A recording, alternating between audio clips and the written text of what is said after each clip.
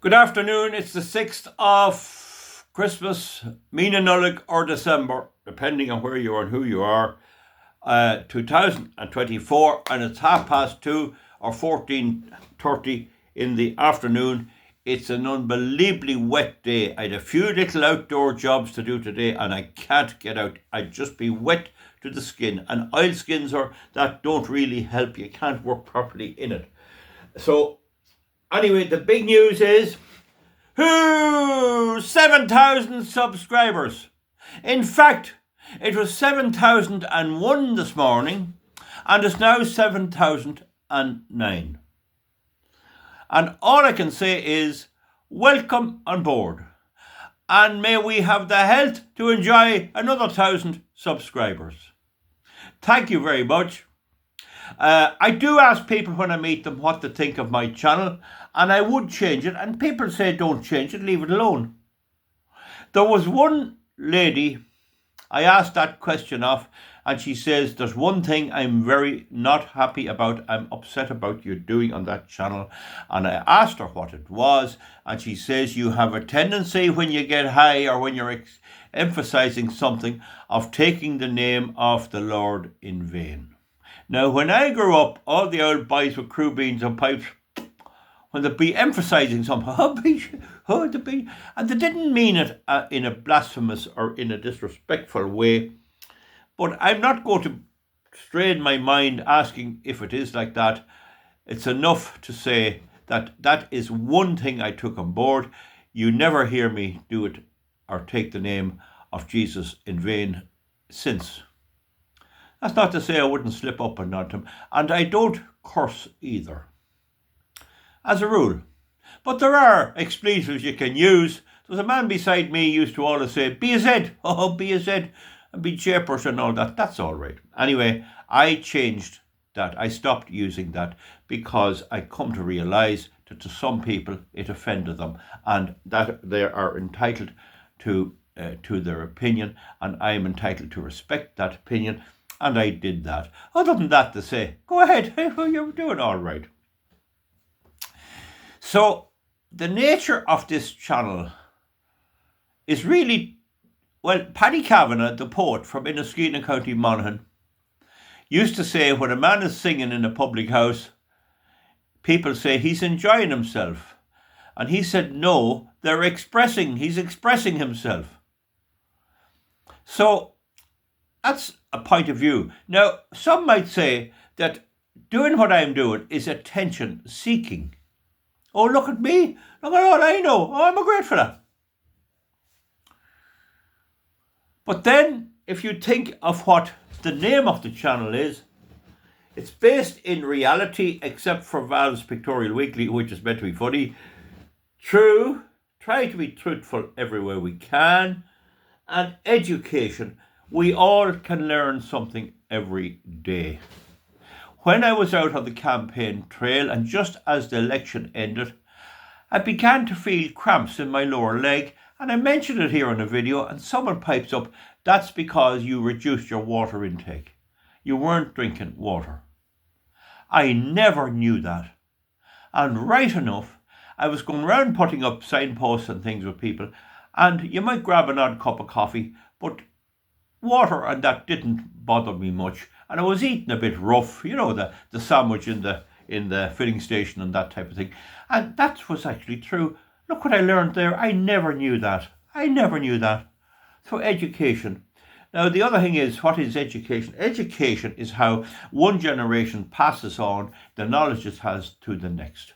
It would take you years and years to discover what you learn in school. And a very simple example of that is the use of steel for engineering, and the fact that the carbon content of steel affects the ability to harden it and temper it and make it useful for knives and chisels and things. And if you didn't know that, it'd take you an awful long time to learn it, yet you can get it there through education. There are many other examples. I mean, our reading and our writing and the very language we speak is all learned. It's all learned. It's all taught to us and picked up. And so we learn to spell and all of that. So education is crucial. So I think what I am doing here is I'm trying to point out the real world. I have a radio here. I'm going to get it going again. I don't know. Can you see this here? Look, it's a coil of a radio. I want to actually make a proper crystal set or get one that'll work and share it with you. I did try it and it did work a little bit, but not as good as I'd like. So that's the real world. The fact that there are radio waves going through here and you can pick them up using a coil and a capacitor. So, and an earphone. So those are things in the real world. Also the scientific world, where the strange fact is that no matter where you go in the entire universe, you look out and you see a planet or you see a star or you see something in the distant past or distant a galaxy or whatever, there are only about 98 or 9 stable atoms. There might be 120 if you include unstable ones, but there are about 100 atoms, all based on their atomic number, and that doesn't change anywhere. Hydrogen is hydrogen, no matter where you go. Oxygen is oxygen. Aluminium is aluminium. Lead is lead. Gold is gold, and it's all based on its atomic number. And that is a fascinating thing, that everything around you is really based on numbers. Okay. So hydrogen has one atomic number, one proton, one neutron, and one electron, and then it goes up from there.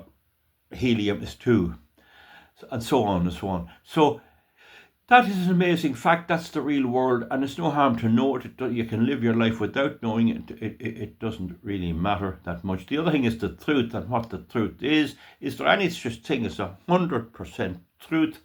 No, but there's pretty close to it, and there's very little truth in the world today, and I try to tell the truth and get you to know the truth. And then there's education and bringing that before you so that you can learn from it, and I can learn from you. And just like the leg cramps, you learn something every day. You really do. And I learn from my friends and my neighbours, and when I was building my shed for my cattle and building buildings, I inquire around of people who already did it. I didn't want to repeat mistakes, and I built it fairly well and fairly perfectly. And then I share that with others, and they get on, and that's for the better of society. Now, there are areas where you do not educate people and where I don't. You're not obliged to tell the truth in everything, and I'll give you a very good example. Supposing, for example, there is a man or a woman, doesn't matter, or a family, are selling all their cows. They're getting out of farming and they have 14 cows. And I can't get to see them. Let's say they're coming from a distance and they won't let anyone in to see it. It's handled by an auctioneer. And they arrive in the mart, and I go in and I inspect them all and check them all. And out of the 14, I see that you'll usually have the age and that there. I see the cattle, and I look at them, and I see, we'd say they're numbered 1 to 14. I see that maybe 1, 2, 3, 4, they're not just my type. I don't think I'll bother. And then 5 get the more my type. 6, good. And then I see number 7. Oh, there's a lovely cow. Oh, that cow's only a year and a half, 2-year-old, and she's a calf to we'd say a Hereford bull, and she's 6 months in calf. So she'll be calving down in the new year. I fancy her now. She's a good one. That would look well. She'd breed good cattle. And then the next one is not great, and the next one's not great, and maybe number 13, not too bad either, would do the job, but she's not in calf, mightn't be a big trouble. And then I go on to 14, and I'm not interested there. So I'll go into the auction, and you bid or do whatever you want. You can bid online, but if you're present online, if you're bidding online, it doesn't matter. And this has changed the nature of cattle marts, where you can actually bid online. But usually there'll be people around there that'll be interested in buying, and they'll want to see the stock in the ring. So I won't just wait till number 7 and start bidding, because people know I have good cattle, and I have a reputation for breeding good cattle, and I have a good eye for good cattle, and I always had that from I was a child. I bought my first calf at 15. Although I do that, if I go in and bid on number 7, that'll do 2 things. It'll convince anyone that wants to drive the price up for the seller, maybe they're friends with him, that I'll pay more and bid it up. or it'll convince other people that don't understand cattle that'll watch me and bid because I'm interested. It must be a good heifer. So what I have to do is I have to start bidding on the first one, and we'll say the first one's worth 1,000, bid up to 700 and stop. The second one comes in, don't bid at all. The third one comes in, bid up to 750 and stop. The fourth one, bid up to 7. The fifth one, bid up to 6. 7. The seventh one comes in and bid away, but instead of stopping, go on another bid, go on, and then go on. Nobody's aware then that I think that's a good animal, and I try and buy. So she goes 800, 850, 860, and you try and buy. Now it's limited enough, but it stops people from putting in any other factor, only what the animal is worth. So that's an example of you fooling people if you can. And another example, when I started buying cattle first, I was very young because my father, God be good to him, was hurt in an accident at work, and he was laid up. And I went in and I'd be trying to buy a few, and all the jobbers and everyone would be around trying to sell me junk, bad animals, and I knew good cattle. And what they used to do is every time I go to bid on one, they'd bid against me. They'd keep bidding against me because they all knew each other. And so, especially when I go to get serious, they'd bid against me. You see, that was to try and make me hire them.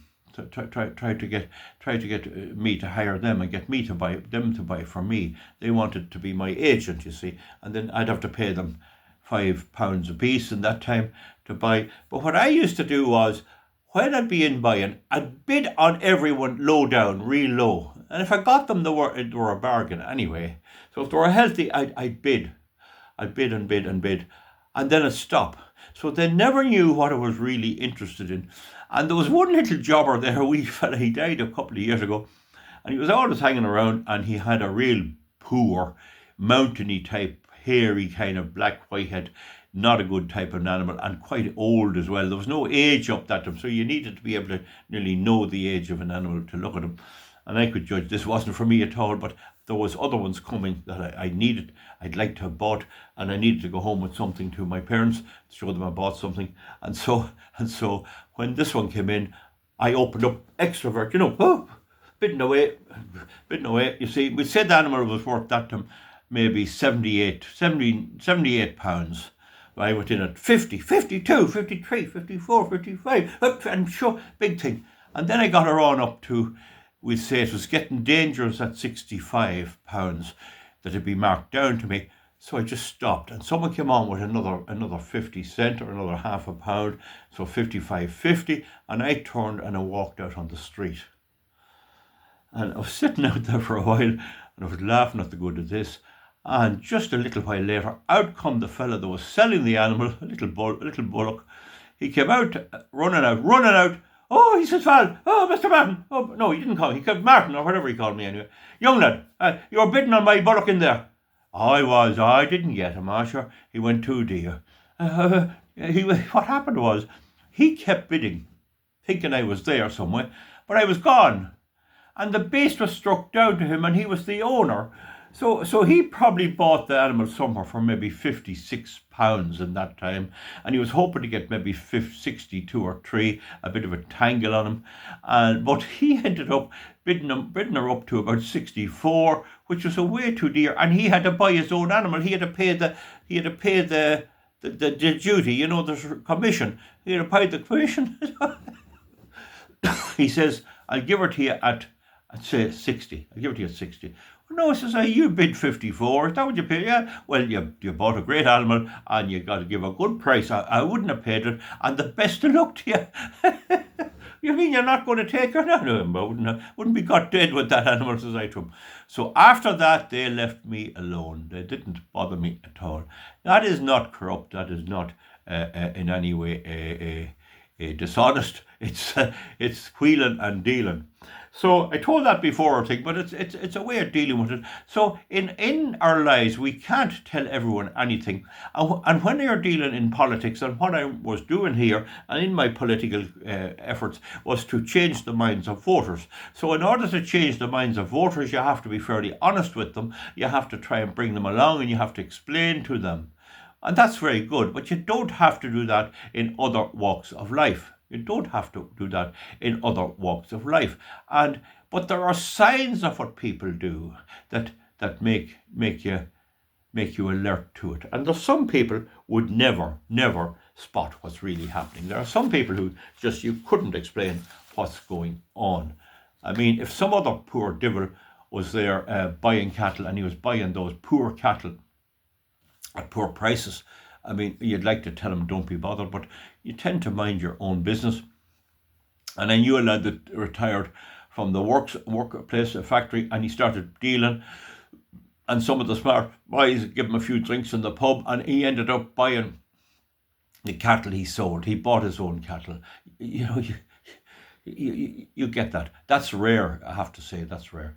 So what I'm trying to get across is there's a time to be honest with people, there's a time to be straight, there's a time to fool them. And if they're trying to fool me, well, I will do the opposite. I will try to fool them and see what works. Some people make unbelievable mistakes. I made 2 or 3 videos on Sean Quinn.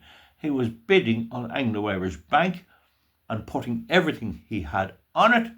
David Drum and Shawnee Fitzpatrick came down and begged him to stop. They may not have known that there were other people bidding in the opposite direction, but they knew it was getting out of control, and they begged him to stop, and he would not listen. He lost all. So there is an area I could have told him. I did that in a course, and there again education comes into it, because I did a degree course in business studies. I ended in 2003, and I learned about contracts for differences, and the first thing I did was question the professor. I thought this was mad, that this should be allowed, and that it was the law in Ireland. And he says, you're right, it'll do fierce damage.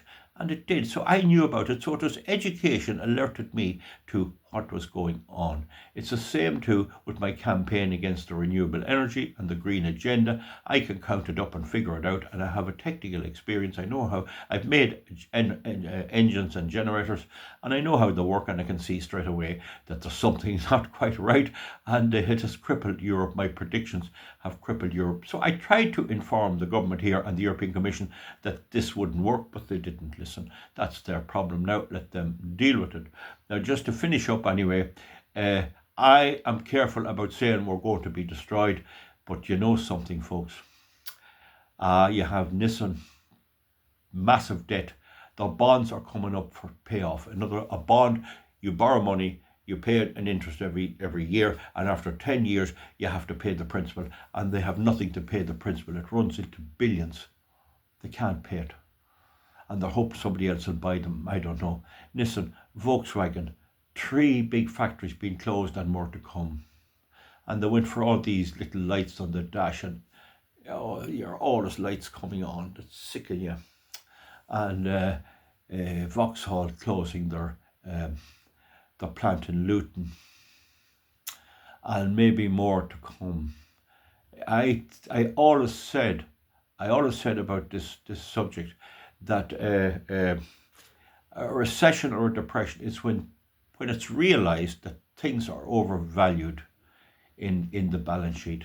When things are overvalued. In other words, if I was running a farm there, or say it's 100 acres, and I value it at 2 million, let's say I value it at 2 million, and then I operate on that basis. I mean, if it turns out that I sell it and it's only worth 1 million, well, I'm not as sound as it looked. And I think that's what's going to happen. I'm nearly on the cusp. We'll do it in a different video of predicting there's going to be an enormous financial crash in Europe, in Ireland, and all over the world to a degree. All over the world. Warren Buffett, one of the most astute investors, a very old man he is selling off his shares.